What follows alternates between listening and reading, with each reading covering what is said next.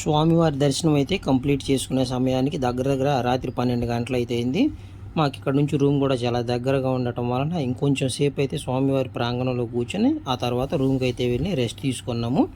Next day morning అయితే refresh అయిపోయి మధ్యాహ్నం టైంలో తరికొండ వెంగమాంబ అన్నప్రసాద కేంద్రం ఉంటుంది కదా, అక్కడికైతే స్వామివారి ప్రసాదాన్ని తీసుకుందామని అయితే వచ్చాము. ఇక్కడ మనకి వాల్ మీద ఒక పెద్ద పెయింటింగ్ అయితే ఉంటుంది, చాలా చాలా బాగుంటుంది. ఇక్కడికి వచ్చిన ప్రతి ఒక్కళ్ళు కూడా వాళ్ళ గుర్తుగా ఇక్కడికి వచ్చిన మెమొరీగా ఫొటోస్ అయితే తీసుకుంటారు.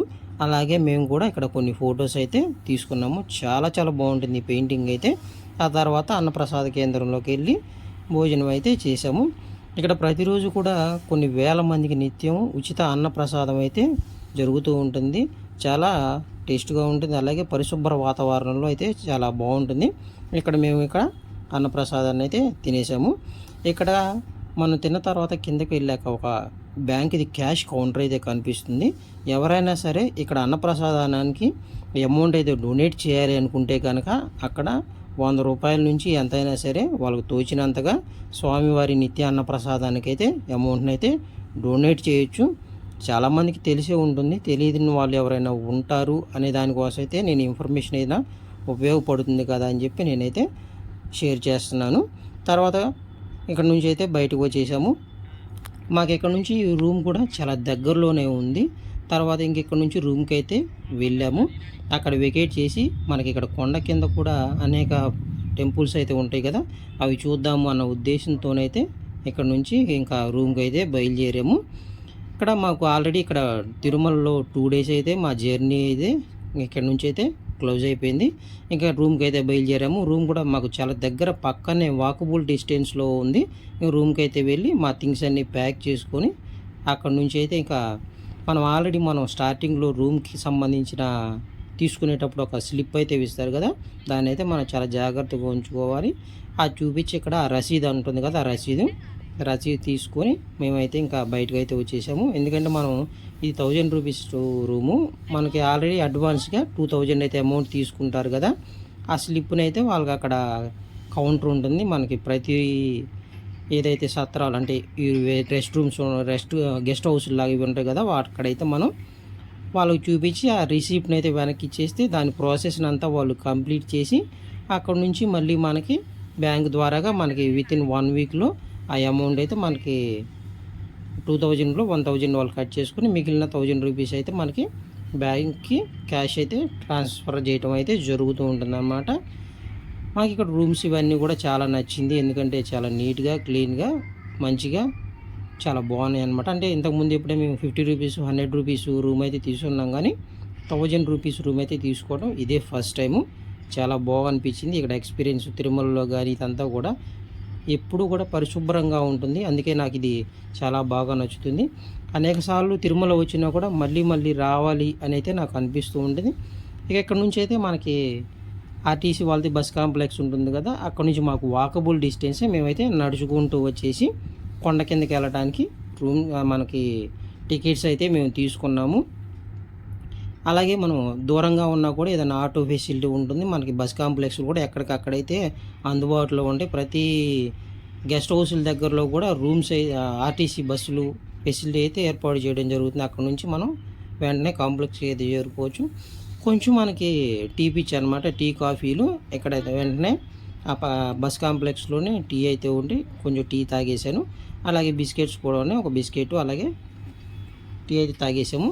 ఇది కొంచెం నాకు ఎఫెక్ట్ అయిందని అయితే చెప్పుకోవచ్చు. ఎందుకంటే నేను ఎప్పుడు కూడా తిరుమల వెళ్ళినప్పుడు లేదా ఎక్కడైనా సరే ఘాట్ రోడ్ అయినా మామూలు రోడ్లు అయినా నాకు ఎప్పుడు కూడా ప్రయాణ సమయంలో ఎటువంటి ఇబ్బంది అనేది అయితే నాకు అనిపించలేదు. కానీ ఫర్ ది ఫస్ట్ టైం అక్కడ బస్సు ఎక్కే ముందే ఆ టీ తాగటం, బస్సులో ఎక్కటం వలన నాకు ఆ ఘాట్ రోడ్డు ప్రయాణంలో కొంచెం ఇబ్బంది అనిపించింది. కొంచెం కళ్ళు తిరిగినట్టుగా, వాంతి అవుతుందా అని ఫీల్ అయితే అనిపించింది ఫస్ట్ టైం అనమాట. ఎవరికైనా ఎటువంటి ఇబ్బంది అవుతుంది అనుకుంటే కనుక దాన్ని అవాయిడ్ చేయటం మంచిదేమో. నేను కూడా అలాగా వెంటనే టీ తాగకుండా ఉండాల్సింది అని నాకైతే అనిపించింది. ఇక మేము బస్సు అయితే బయలుదేరింది. ఇక చెక్ పోస్ట్ ఉంటాయి కదా, అవన్నీ దాటుకొని కొండ కిందకైతే బయలుదేరాము. ఈ 2 రోజులు ఎంత త్వరగా మా జర్నీ కంప్లీట్ అయిపోయింది అనిపించింది. ఇంకొంచెం సేపు అక్కడ తిరుమలలో ఉంటే బాగుండు అని అనిపిస్తూ ఉంటుంది. అక్కడ ఈ ఘాట్ రూట్ అందాలు ఇవన్నీ కూడా చాలా చాలా బాగుంటాయి. ప్రశాంతమైన వాతావరణం. మనం అక్కడ ఉండం కాబట్టి మళ్ళీ మళ్ళీ అక్కడే ఉండాలి, ఎక్కువ సమయం గడపాలి అని అనిపిస్తూ ఉంటుందేమో అని నాకైతే అనిపిస్తూ ఉంటుంది. ఎన్నిసార్లు వెళ్ళినా కూడా ప్రతిసారి కొత్తగానే అనిపిస్తూ ఉంటుంది. మనకి ఇక్కడ కనిపిస్తున్న వాళ్ళందరూ కూడా అలిపిరి కాలినడకన వస్తారు కదా, అది వాళ్ళందరూ కూడా అక్కడ ఫుట్పాత్ మీదుగా నడుస్తూ కనిపిస్తూ ఉంటారు.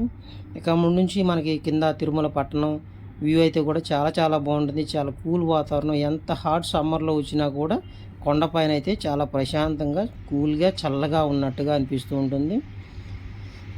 ఇంక మనమైతే ఆల్రెడీ జర్నీ అయితే స్టార్ట్ అయిపోయింది. మనం ఇప్పుడే కింద చెక్ పోస్ట్ దగ్గర కూడా వచ్చాము. కిందకు వచ్చిన తర్వాత మనం ఏ ఏ టెంపుల్స్కి వెళ్ళాము ఏంటి అనేది కూడా నేను ఇక్కడైతే కంప్లీట్గా వ్లాగ్ అయితే షూట్ చేశాను. ప్రతి ఒక్కరు కూడా చివరకు చూడండి. అలాగే మా జర్నీ ఎక్స్పీరియన్స్కి సంబంధించిన వీడియోస్ కూడా ముందు వీడియోలో అయితే పోస్ట్ చేయడం జరిగింది. ఎవరైనా చూడని వాళ్ళు ఉంటే కనుక తప్పకుండా చూడండి. మా వీడియోల మీద మీ అభిప్రాయం ఏంటి అనేది కూడా కామెంట్ చేయండి. మనం కొండ కిందకి వస్తుంటే లెఫ్ట్ సైడ్లోనే కపిలేశ్వర స్వామి వారి టెంపుల్ ఉంటుంది. అక్కడైతే మేము దిగేసాము. ఆల్రెడీ చాలాసార్లు తిరుమల వచ్చినప్పుడు ఇవన్నీ చూసాం, కానీ వచ్చిన ప్రతిసారి కూడా మళ్ళీ మళ్ళీ ఎక్స్పీరియన్స్ చేయాలి, స్వామివారి దర్శనం చేసుకోవాలి అని అయితే ఆ ఉద్దేశంతో అయితే ప్రతి టెంపుల్ని అయితే మేము కవర్ చేయడం జరిగింది. ఇక్కడ కపిలేశ్వర స్వామివారు, అలాగే వెంకటేశ్వర స్వామివారు, విఘ్నేశ్వర స్వామివారు, లక్ష్మీ నరసింహ స్వామివారి టెంపుల్, కృష్ణుడి గుడి, ఆంజనేయ స్వామివారి టెంపుల్ ఇవన్నీ కూడా ఉంటాయి అన్నమాట. చాలా చాలా బాగుంటాయి అన్నీ కూడా. ఇక ఫస్ట్ అయితే మనకి ఎంట్రన్స్లోనే ఆంజనేయ స్వామి వారి టెంపుల్ అయితే ఉంటుంది. అక్కడైతే టెంపుల్ని అయితే దర్శనం చేసుకున్న తర్వాత మనం మళ్ళీ లోపల కపిలేశ్వర స్వామి వారి టెంపుల్లోకి అయితే వెళ్తాము. ఇక్కడ లోపల అయితే మన స్వామివారి టెంపుల్ ఆ వీడియోస్ అవన్నీ తీయటం అయితే కుదరదు. లోపలికి వెళ్ళాక ఒక చెట్టు దగ్గర నాగమయ్య స్వామి పడగలు, అలాగే ఈశ్వర స్వామి వారి శివలింగం అవన్నీ ఉంటాయి. మనం స్వయంగా పక్కన వాటర్ ఉంటాయి. ఆ వాటర్ తోటి మనమైతే స్వామివారిని మనమే అభిషేకం అయితే చేసుకోవచ్చు.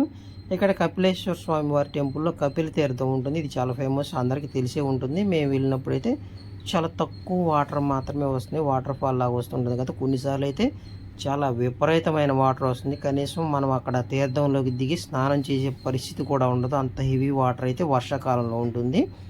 ఇక్కడ ఒక చిన్న గుహలో లక్ష్మీ నరసింహస్వామి వారి చిన్న టెంపుల్ అయితే ఉంటుంది. ప్రజెంట్ అయితే అది మేము వెళ్ళిన టైంలో క్లోజ్ చేసి ఉంది. ఒక్కళ్ళు మాత్రమే వెళ్ళి లోపలికి అయితే పూజ అయితే చేయడానికి ఉంటుందన్నమాట అక్కడ గుహలో. ఇక్కడ మేము కూడా అక్కడ ఆల్రెడీ స్నానం చేసి వచ్చాం కాబట్టి అది జస్ట్ ఆ తీర్థంలోకి వెళ్ళి కొన్ని అయితే ఆ వాటర్ని అయితే నెత్తి మీద చల్లుకున్నాం. కానీ ప్రతి తీర్థంలో కూడా ఏదో ఒక పుణ్య తీర్థాల్లో స్నానం చేస్తే మనం చేసిన పాపాలు పోవటము ఇంకేదైతే అయితే ఉంటాయి అన్నమాట, ఆ కారణాలన్నీ కూడా మనం తెలుసుకొని అక్కడైతే స్నానం చేస్తే మనకి ఆ పుణ్యఫలం అయితే దక్కిద్ది అంటారు. ఇక మేము కపిల తీర్థంలో స్వామివారి దర్శనం చేసుకున్న తర్వాత అక్కడ నుంచి నియరెస్ట్గానే దగ్గరలో గోవిందరాజ స్వామి వారి టెంపుల్ అయితే ఉంటుంది. అక్కడికైతే వెళ్ళాము. అక్కడ నుంచి ఆటోకి పర్ హెడ్ ఒక 30 రూపీస్ అయితే తీసుకున్నారు.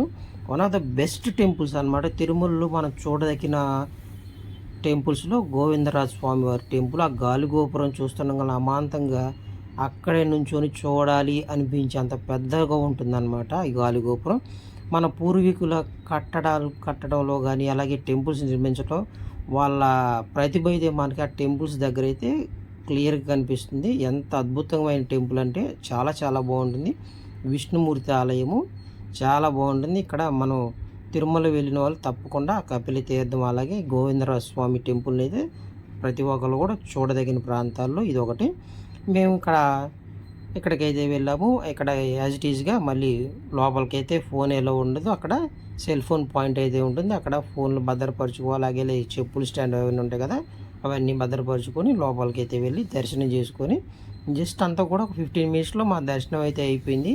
మనకు కనిపిస్తున్న దగ్గర నుంచి లోపల టెంపుల్లోకి వెళ్ళడానికి కూడా చాలా దూరం అయితే ఉంటుంది. స్వామివారిని అయితే చూడటానికైతే 2 కళ్ళు చాలు అన్నట్టయితే చాలా చాలా బాగుంటుంది. మన తిరుమలకు సంబంధించిన ప్రతి వీడియోస్ అన్నీ కూడా నేనైతే ఈ ఛానల్లో అప్లోడ్ చేయడం అయితే జరిగింది. ఎవరైనా చూడని వాళ్ళు ఉంటే తప్పకుండా చూడండి. మా వీడియోస్ నచ్చితే కనుక తప్పకుండా ఒక లైక్ చేయండి. అలాగే ఇక్కడ గోవిందరాజ స్వామి వారి టెంపుల్ అయితే చూసిన తర్వాత నెక్స్ట్ ఎక్కడికి వెళ్ళాము ఏంటి అనేది కూడా ఫర్దర్గా మన ఛానల్లో అప్డేట్స్ అయితే వస్తూ ఉంటాయి. ఎవరైనా ఛానల్ చూస్తున్న వాళ్ళు సబ్స్క్రైబ్ చేసుకోకపోతే కనుక తప్పకుండా సబ్స్క్రైబ్ చేసుకోండి. మా వీడియోస్ మీద మీ అభిప్రాయం ఏంటనేది కూడా కామెంట్ చేయాలి. అలాగే వీడియో చేస్తే తప్పకుండా లైక్ చేయండి. గోవిందరాజ స్వామి వారి టెంపుల్కి సంబంధించిన చరిత్ర ఇదంతా కూడా ఇక్కడ ఆలయంలో నోటీసులు అయితే పెట్టడం జరిగింది. ప్రతి ఒక్కరు కూడా ఆ టెంపుల్కి సంబంధించిన వివరాలన్నీ కూడా చదువుకొని స్వామివారి చరిత్రని తెలుసుకోవచ్చు. అలాగే స్వామివారి టెంపుల్ బయట షాపింగ్ అన్నీ ఉంటుంది. అంటే ఆడవాళ్ళకి సంబంధించిన, ఇంటికి సంబంధించిన, టెంపుల్కి సంబంధించిన దేవుని ఫొటోస్ అవన్నీ కూడా ప్రతి ఒక్కటి కూడా ఇక్కడైతే ఉంటుంది. ఇక నైట్ ఐటమ్ అయితే అయిపోతుంది, ఈవినింగ్ అయిపోయింది, ఆల్రెడీ చీకటి పడిపోతుంది. అక్కడ నుంచి మేము వేరే టెంపుల్కి అయితే వెళ్ళాము. ఎక్కడికి వెళ్ళాము ఏంటి అనేది ఫర్దర్గా నెక్స్ట్ వీడియోలో అయితే పోస్ట్ చేస్తాను. తప్పకుండా ప్రతి ఒక్కరు కూడా మన ఛానల్ అయితే ఫాలో అవ్వండి. ఈ వీడియో నచ్చితే కనుక ప్లీజ్ ఒక లైక్ చేయండి. మన ఛానల్ అయితే సబ్స్క్రైబ్ చేసుకోండి. Thank you so much.